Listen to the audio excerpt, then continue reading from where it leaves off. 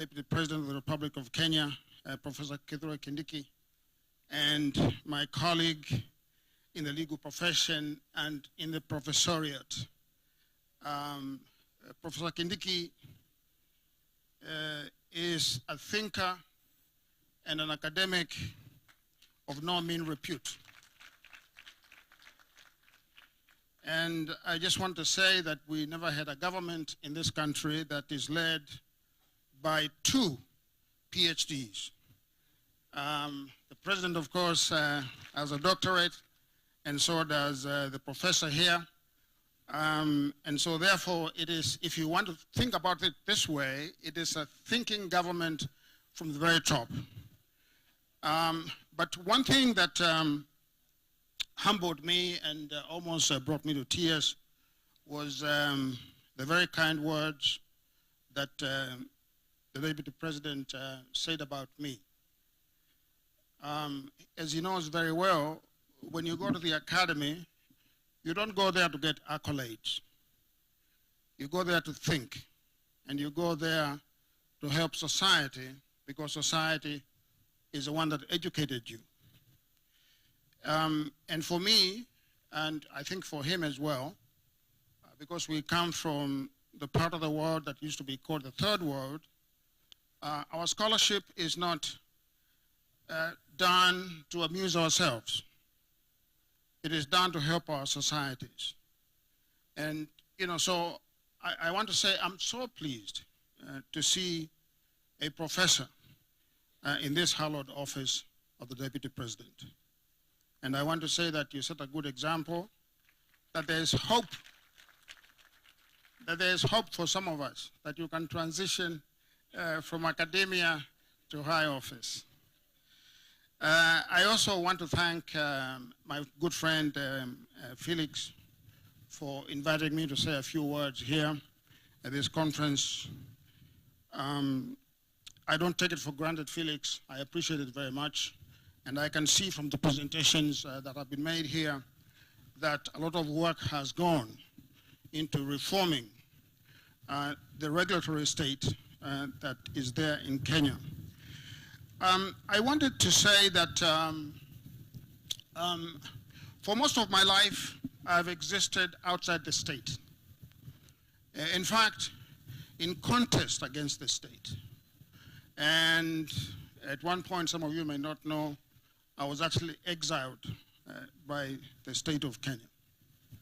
Today, I find myself in a very peculiar space because I am now working inside the state.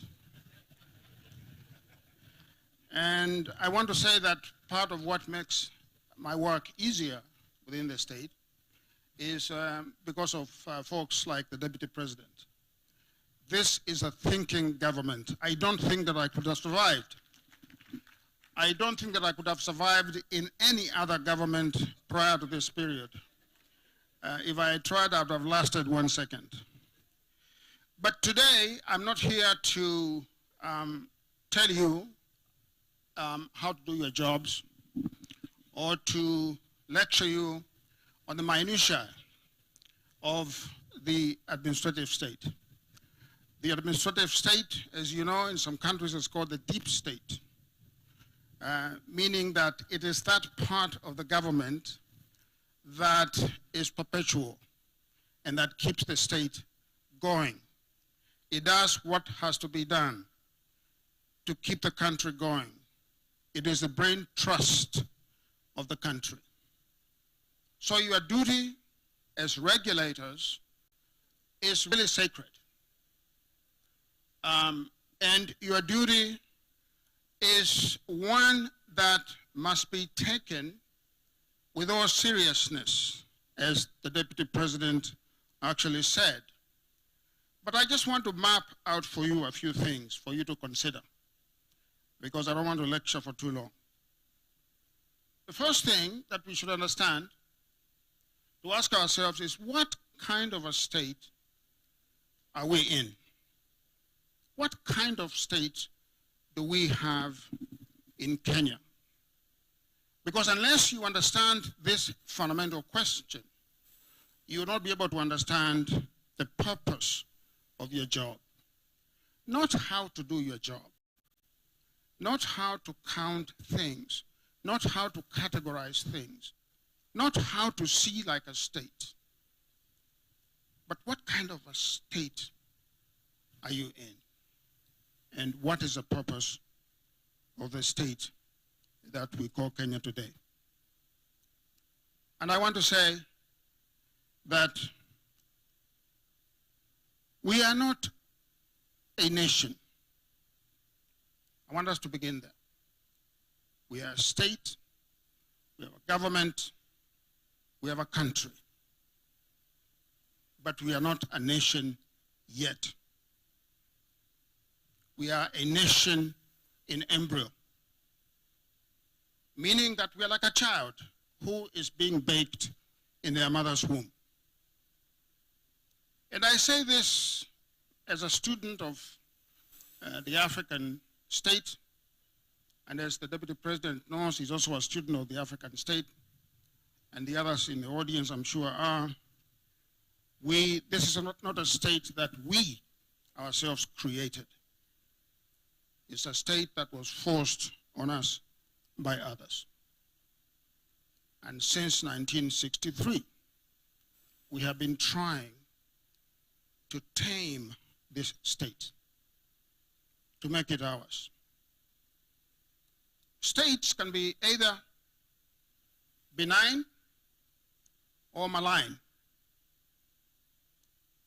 They can be either benign or malign. Because a state essentially is a creature of violence. I want to repeat that. The state is a creature of violence. But I also want to say that not all violence is bad. Okay? And you can quote me on that. State is a creature of violence that oscillates between being benign and being malign. It oscillates between those two pendulums, of being malign or being benign. And the purpose of the state is three arms of government: the legislature, the executive, and the judiciary, is to submit itself to the people. That is the predicate of the 2010 Constitution, to subject itself to the people who are sovereign, as the Deputy President has so eloquently talked about in many forums and written about. This is the first objective of the state: to understand that the people who live in it are not subjects, that they are citizens. That the colonial state treated us as subjects. And since 1963, what we've been trying to do is to transform ourselves from subjects to citizens. Subjects have no rights. Citizens do. Subjects do not control their destiny. Citizens do. Subjects do not control their state. Citizens do. So this is one overarching normative lesson that regulatory agencies and authorities must understand. That you are not here to superintend over citizens. You are not here to imagine that you are more important than the citizen, because the highest office in the land is not the office of the president, it's not the office of the deputy president, it is not the office of the directors of agencies. The highest office is the office of the citizen. So this is the fundamental lesson that I think all agencies must understand. And it is a movement the transformational movement, both culturally, intellectually, and mentally, that agencies must learn to decolonize the state, to decolonize power, to decolonize attitudes of authority. This is the first lesson that we must understand. Because otherwise, the state will become a leviathan. The state will become a leviathan. The leviathan is a sea monster that is very difficult to control. Okay? In a sense, the colonial state was a leviathan. And to a large extent, and I challenge you to think otherwise, or to challenge me back, our post-colonial state, for the most part, has also been a leviathan. So what we did in 2010 was to take both normative, practical, legal, and constitutional steps to transform our state from being a leviathan to being a state of the people, to help us cohere as one nation, to help us develop a national consciousness as a people, what the Germans call a national zeitgeist, a national consciousness, which says that we are Kenyans. We are Kenyans, whether we come from Tharaka Nithi, whether we come from Kitui, whether we come from Samburu, whether we come from Wajir. We are Kenyans. And without that fundamental belief and submission to that notion, and the transfer of our loyalties from our identities into the idea of Kenya, your regulatory agencies will not perform because you'll be tribalized. You'll be driven by ethnic calumny and bias. And no matter how much paper you push, you can never overcome it if you don't have a national consciousness as a public servant. You must have that zeitgeist as a Kenyan. That is number one. Number two, the state that we got to defang and reform the post-colonial state, and it's been a very long journey, decenters the state from public life. Imagine that. The 2010 Constitution decenters the state from public life and puts the citizen at the center of public life. The 2010 Constitution is a constitution of permission, not a constitution of prohibition. As a normative value in the 2010 Constitution, it's a constitution of permission, not prohibition. And the reason why it is a constitution of permission is because the colonial state was not a state of permission. You know, if you ask your grandparents, they will tell you that Africans were not permitted to drink commercial beer. In fact, when Jomo Kenyatta came from the UK, he used to sneak into the house of, into Yash Guy's house, the father of Yash Guy, because Yash Guy, because the father could buy bottled beer, and he could not, which he had been drinking in England. And so he would sneak in there to get his shots of beer. That's a constitutional prohibition. a state of prohibition. Ours now is a constitutional permission. So as regulators, you normatively approach the citizen as though he has permission to do something. You don't start by thinking that he is prohibited from doing something. Sio kumwambia hapana. No. You have to try to accommodate the wishes of the citizen. And what is the purpose of all of this? The purpose of all of this is to maximize happiness among the people.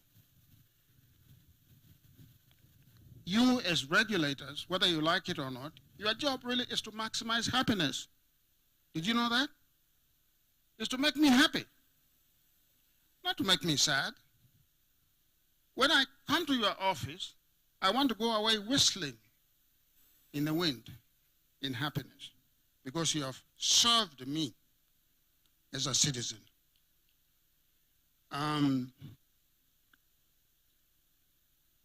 It is a constitution that wants to maximize our potential as individuals. For those who are believers, they will say our God-given potential as citizens. And unless you are fair, unless you apply the law equally and without bias,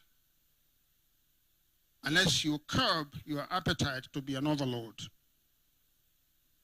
you cannot succeed in that mission. The third value in the Constitution is to curb power. We understand curbing power generally in the doctrine of separation of powers, of checks and balances. But that is very abstract because you see courts, you see the executive, and then you see the legislature. But it is really in your institutions as regulators where these matters come to life, where the law is really applied. We can pass all the most beautiful laws in the country. We can have the most beautiful constitution. But unless in your heart the power is curbed, in your heart that you intellectually submit to the constitutional confines of official power, we can never do that. That will lead us to wastage of public resources. It will lead us to corruption. It will lead us to unethical conduct, and it will lead us to corruption. I said that we are a state in embryo, a post-colonial state that is trying to become a nation.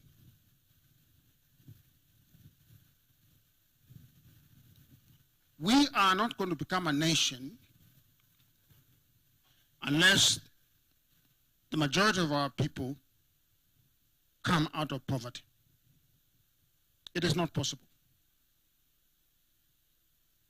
at all.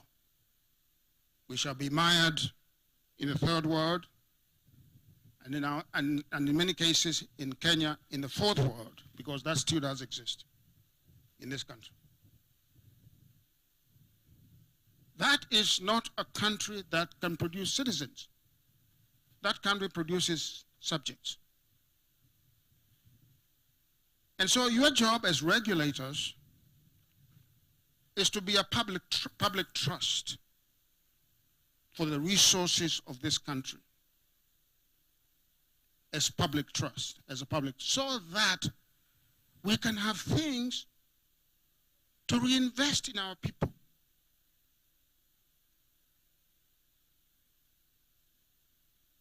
You know, so that, you know, when you go to the United States or to Europe, you stop posting pictures of yourself at the airport. It is not an achievement.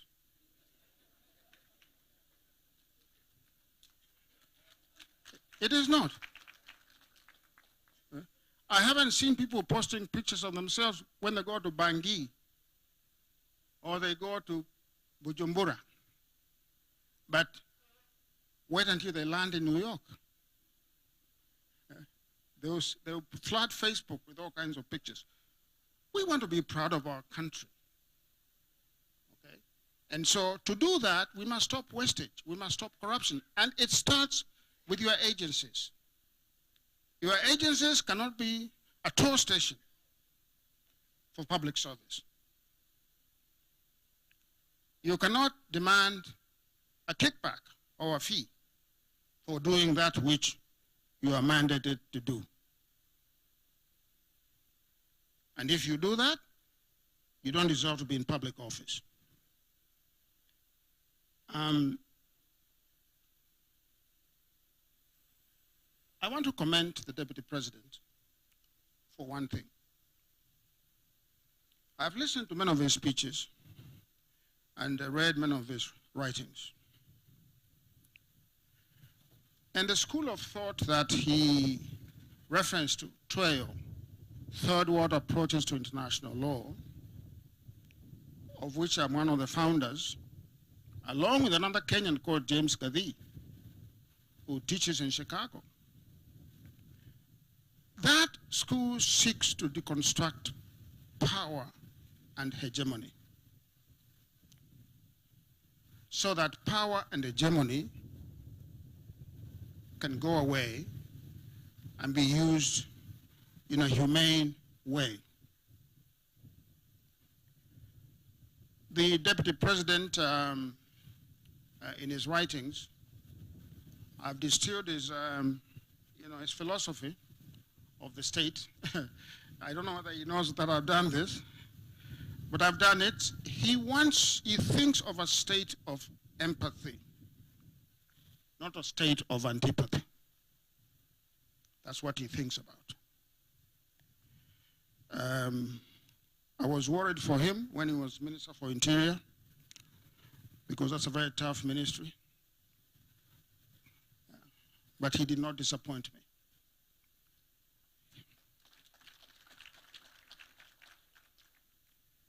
Because also, we must understand that we have a country. And if we have no country, there's nothing to protect. And so sometimes we have to apply the law to make sure that the country remains stable.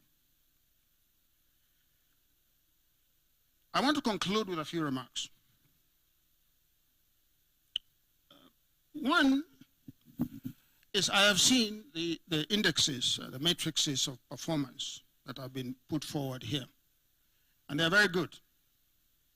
And I commend, the Chief of Staff for this vision. But I also want to say that, do you know what citizens think about what you are doing? Because we've said that the citizens are sovereign. Do you know what they think? Because you cannot just come here and grade yourselves and give yourselves an A. I think I saw someone giving themselves an A. You cannot do that. And you cannot grade yourselves in front of your peers because you are conflicted. I want you to ask citizens what they think about what you've done. Ask them. Apply some scientific method of assessing what our citizens think about what you've done, how you are performing, not just with this particular, transformation effort, HOPS, but going beyond, today. What do citizens think about our regulatory agencies? What do they think should be changed? Okay? Because one of the values in the new constitution, of course, as you know, is public participation. What do they think? And if you can answer that question, you'll be able to answer the next question that I'm going to put to you. And that next question is the one that was asked by the late Honorable Raila Odinga in an executive retreat last year. I think the Deputy President, you were there. Of course, Hobbs, you presented very ably there. And the question that was asked there was, as civil servants, as public servants, Are we carrying the people along? Are we carrying the people along? What do the people think? Perhaps we are not supposed to be talking politics here. But you know, all life is political. Don't let anyone lie to you. All life is political. Our ability to execute these great ideas, the beta program, and all of them, will depend on what the people think in 2027. What do they think? Okay? Are we carrying the people along? I leave it there. Thank you so much.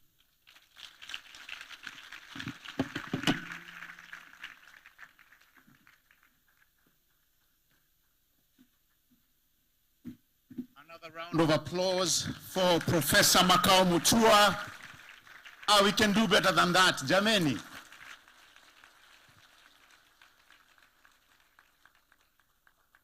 Thank you, Professor.